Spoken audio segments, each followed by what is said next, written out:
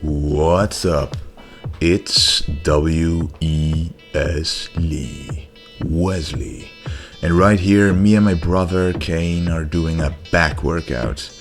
Starting off with some lat pull down for that wide back, for that classical V taper. As you can see right here, we are swinging a little bit. We're not using perfect form, but actually this exercise for us is mainly a stretching exercise. And granted, these were our heaviest sets, so it's more obvious here. But yeah, we use a little swing to use a little momentum to use a heavier weight. The heavier the weight, the more stretch your muscles experience and the more growth they can have. Not to mention that Arnold Schwarzenegger himself used to do this, adding a little swing to his exercises. Speaking of Arnold, and yes, his name and techniques and methods will be called and mentioned a lot on this channel. He is arguably the best bodybuilder ever, not in terms of size or conditioning, but in terms of shape. His unique body parts and the way he trained and how much above everybody else he was in that era. Yeah, speaking of Arnold, so he used to do the T-bar row like I'm doing it here. He goes pretty much parallel to the floor with his back, with his upper body, and what he does is he drops the weight to the floor and basically taps the floor with the weight and then goes all the way up to his upper abs.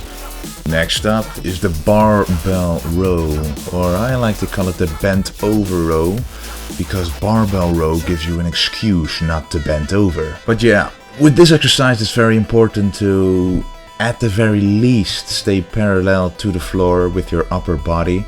Weight is not important here. Going heavy, doing bent over rows like this will mess up your lower back, so you really gotta control the movement on this one. Next up is a straight arm pull down. This one targets the outer lats but also the lower back, which most people forget about. Right here is a picture of my back, and the lower portion is pretty well developed because I always incorporate lower back contraction in almost every back exercise I do. With this one though, with this exercise, all you have to do is drive the bar as close to your body as you can, and this activates the lower back muscles automatically and create that Christmas tree. Next exercise is a bicep exercise. We're doing first back and then biceps. You know, I decided to start out with 21s because I really felt like I needed a pump in those biceps, and what better tool to use for a pump than some 21s. For those who don't know what 21s are, it's basically a set consisting of 21 reps, 7 reps of the bottom portion of the movement, 7 reps of the top portion, and 7 reps of the entire range of motion. Also, if you're having difficulty growing your biceps, doing these with a moderate weight might be a good option. During a normal movement, you have different types of stress on the muscle, and 21s basically isolate these stresses. So in this example, you use 7 reps on the bottom, then the stress is on the bottom of the bicep. And on the next 7 reps, you stay upwards in the movement, and then the stress is on the peak of your bicep. So it creates a different kind of environment for your biceps to grow. Also, using different angles while training your biceps, for example, or any other muscle is important to make it grow. And here I'm doing some incline dumbbell curls. I don't know if you can see, but at the very top of the movement I twist my wrist a little bit to make sure I get that peak contraction. And the last exercise for today is actually one of the best ones to do, especially if you're a bodybuilder doing competitions.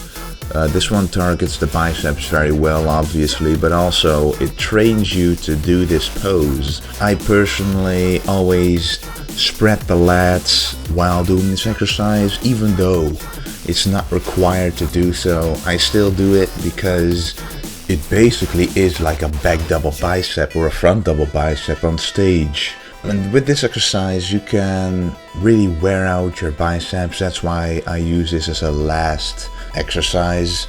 You really don't need to go heavy on this one, as it's basically a one arm exercise. There's 2 individual cables, so you can't really do heavy. You want to isolate the biceps, so stay doing these exercises with a moderate weight. And now it's time for some posing. Let's go. Jump.